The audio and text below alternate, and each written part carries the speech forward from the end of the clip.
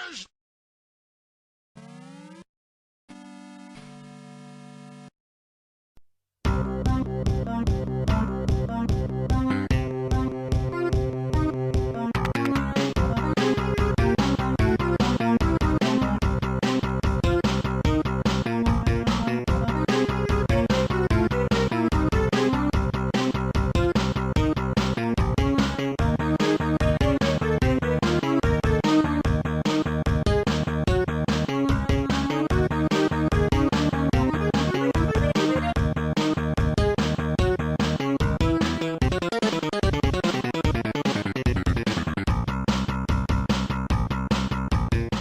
Hello friends, Late Night Person here, and I'm here to review games and other crap maybe. Today's episode, Postal.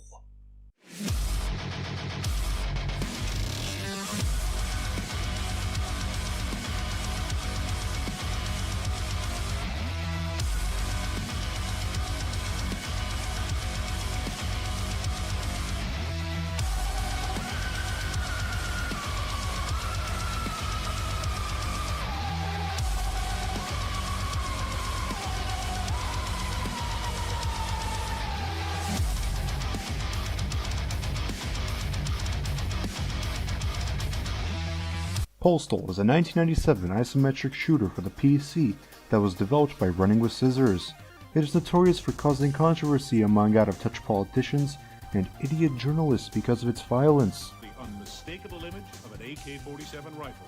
What a fun topic. Here's my game rating system for those of you uninitiated. Let's dive right into Postal.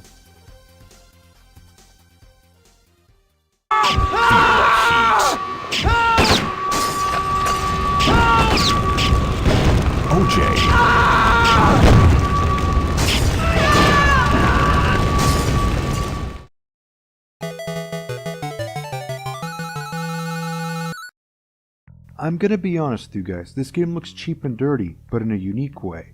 I don't think I've ever seen a game like this.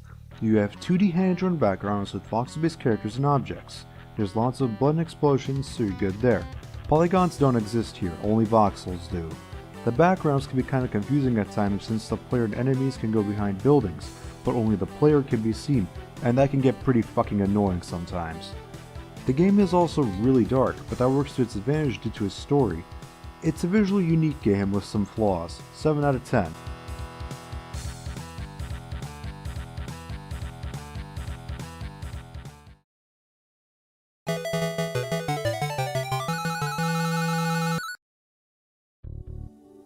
The game is very surreal and edgy. The story revolves around the Postal Dude, a man who is on a mission to stop the local Air Force base from releasing a mind control gas, and he's the only one unaffected.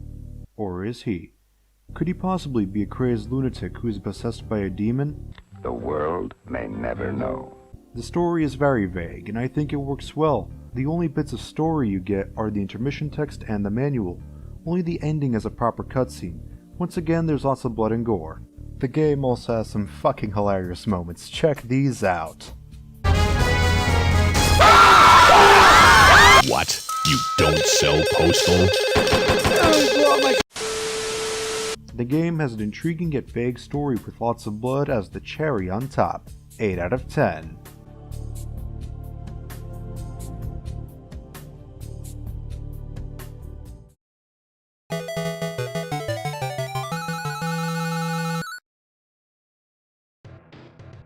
There's lots to talk about here. The sound effects give this game a really dirty vibe, much like with the graphics. Typical music does not play during most levels, only jingles caused by NPCs like a marching band. The voice acting is pretty good, but Rick Hunter's performance as the Postal Dude is excellent. Smells like chicken. Music is reserved for intermissions and is demented and disturbing. Have a listen.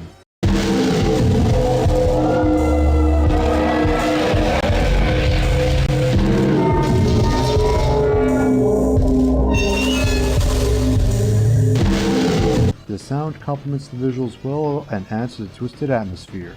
8 out of 10.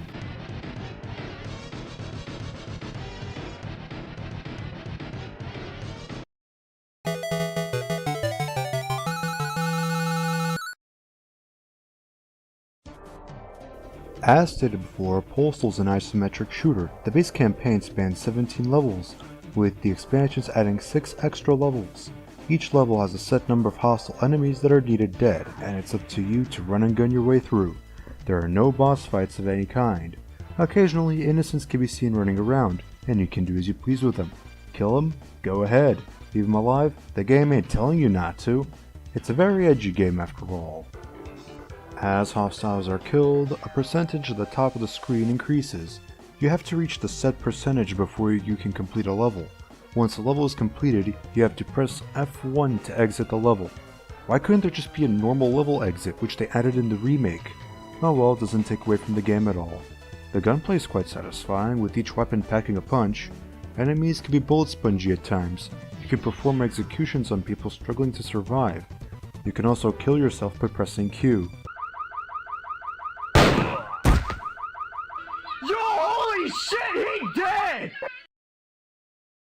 It's a very fun game in a stress-relieving kind of way. The gameplay is fun and satisfying with no major flaws. 9 out of 10.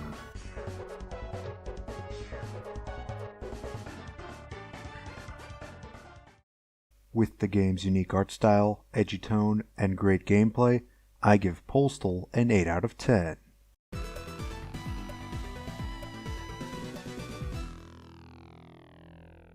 This game was successful enough to get several sequels, a remake, and even a movie adaptation. It's safe to say that the Postal series won't be forgotten soon. This first entry is free on Steam too. And now here's a compilation of me dying.